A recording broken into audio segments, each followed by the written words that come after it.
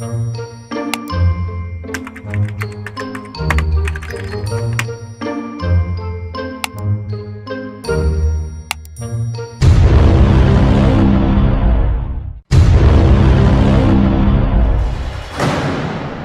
Comfort's YouTube channel, Living Waters, is currently seeing a large spike in views from videos that are more frequently going viral with the YouTube algorithm. For a long time, Ray had already been one of the more prominent Christian YouTubers, with inspiring videos of conversations he has on the streets with random people. And you've violated God's law, even though you might be a nice guy. You're a self-admitted lying thief, blasphemer, adulterer at heart. God will give you justice, but He's not willing that any perish.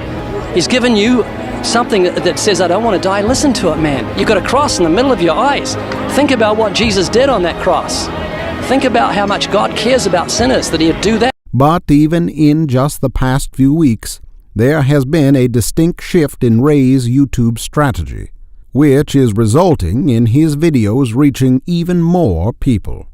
What is Ray doing to reach so many people so successfully? In this video, we'll break down 3 things that are unique about Ray and his ministry.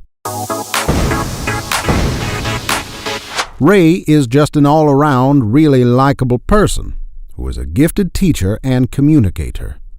Ray has a unique ability to connect with all kinds of people. Okay, have you been born again? I was saved my whole life. I was christened. I've never stopped being a Catholic. All I did was open up my mind to other religions, and I learned that all religions have truth. And even when Ray chooses controversial topics to talk about. Okay, finish the sentence for me, okay? It's okay to kill a baby in the womb when? I don't know. He's able to start and facilitate these discussions so that even those who disagree with him are comfortable and willing to discuss these issues with him. Stephen, what do you think happens when someone dies? Do you think there's an afterlife? I don't know, probably not. Probably not? So this is all there is? I think so, yeah. Christians can learn a lot from how Ray initiates meaningful conversations about significant issues with both tact and intentionality. Do you think dogs go to heaven, AJ? Sure. Now, what's going to happen to you when you die? You going to go to heaven? No idea. What about you, Kelly? I have no idea. Ray has been an inspiring example of a Christian who boldly evangelizes and shares the truth of the gospel with all kinds of people. And at the moment you say, I'm a good person, I'll be fine on Judgment Day. No, you won't. You're not good. You're like the rest of us. Trust in Jesus Christ alone. Transfer your trust from yourself to the Savior. I will. Does that make sense? It does. You have a Bible at home? Yes. Now, you're not laughing at me anymore. Is that because you're thinking seriously about this? Yes. I appreciate that. Ray admits that even for him, evangelism isn't easy, and oftentimes he is reluctant to do it. I don't find evangelism exciting. In the sense, I don't love evangelism, and I'm going to give you a reason for it in a minute. I'd rather be home with my wife, rather be watching an old movie on television than involved in the annoying, irritating, tiresome, irksome task of evangelism. Because to those that are in the world, you and I are the ultimate wet blanket on their pleasures. And so the world is going to reject us. But because Ray believes the Bible and the gospel, he knows he has a message that people need to hear. How much do you have to hate somebody to believe everlasting life is possible and not tell them that? If I believed beyond a shadow of a doubt that a truck was coming at you and you didn't believe it, that truck was bearing down on you, there's a certain point where I tackle you. And this is more important than that.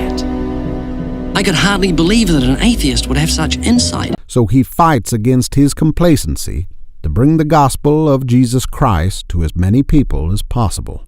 Ray has spent countless hours starting conversations about the gospel with random people in all sorts of places. Are you a good person? Yes, I am. How many lies have you told in your whole life?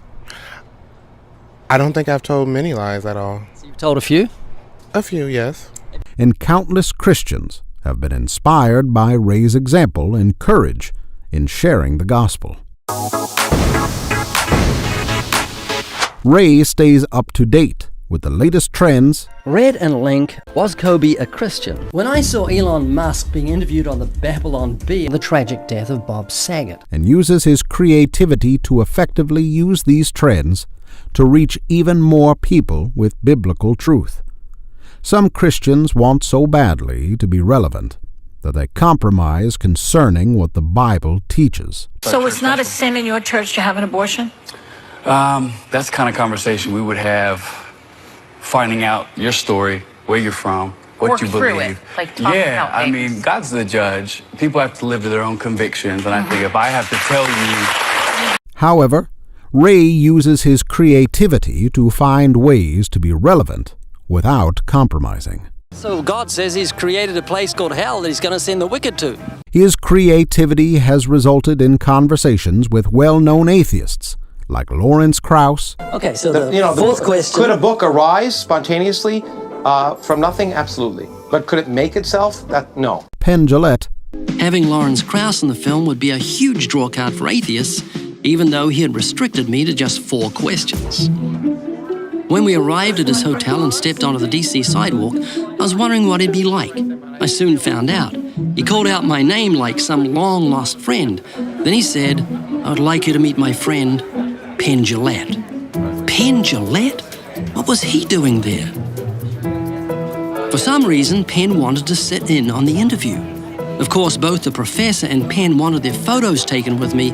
I knew why, but I didn't mind. and Thunderfoot. Hi, I'm Ray Comfort. Welcome to a discussion between myself and the well-known internet entity Thunderfoot. Ray even found a way to change this popular atheist YouTuber's opinion of him. Ray Comfort is the guy known as the Banana Man. I make fun of people like you, okay? I take idiotic extremists like you.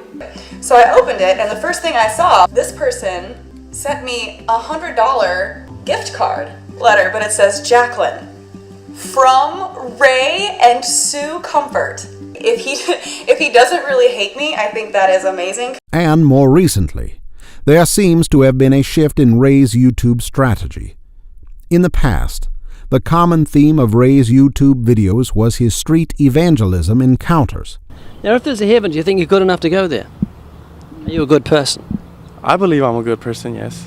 However, starting a few weeks ago, I noticed that Ray was publishing videos that were more optimized for the YouTube algorithm. These were videos on various topics that were trending and/or extremely interesting to a broad audience, such as whether the United Nations statue was a sign of the end times. It's a statue of a beast that has an uncanny similarity to the beast described in the book of Revelation and in the book of Daniel. Elon Musk's interview with the Babylon Bee. Let me take a minute to say I empathize with these guys. Look at who they were talking to. Comparing Tim Tebow to Steph Curry. Why is Tim Tebow so hated? Because he's not ashamed to talk about sin and the cross. And Bob Saget's death. And even a very brief mention of Jesus. It surprised me because Bob was Jewish, but his respect for the person of Jesus was surprisingly evident. These videos have exploded in the YouTube algorithm, and Ray is now reaching even more people with his uncompromising teachings concerning the truth of the gospel.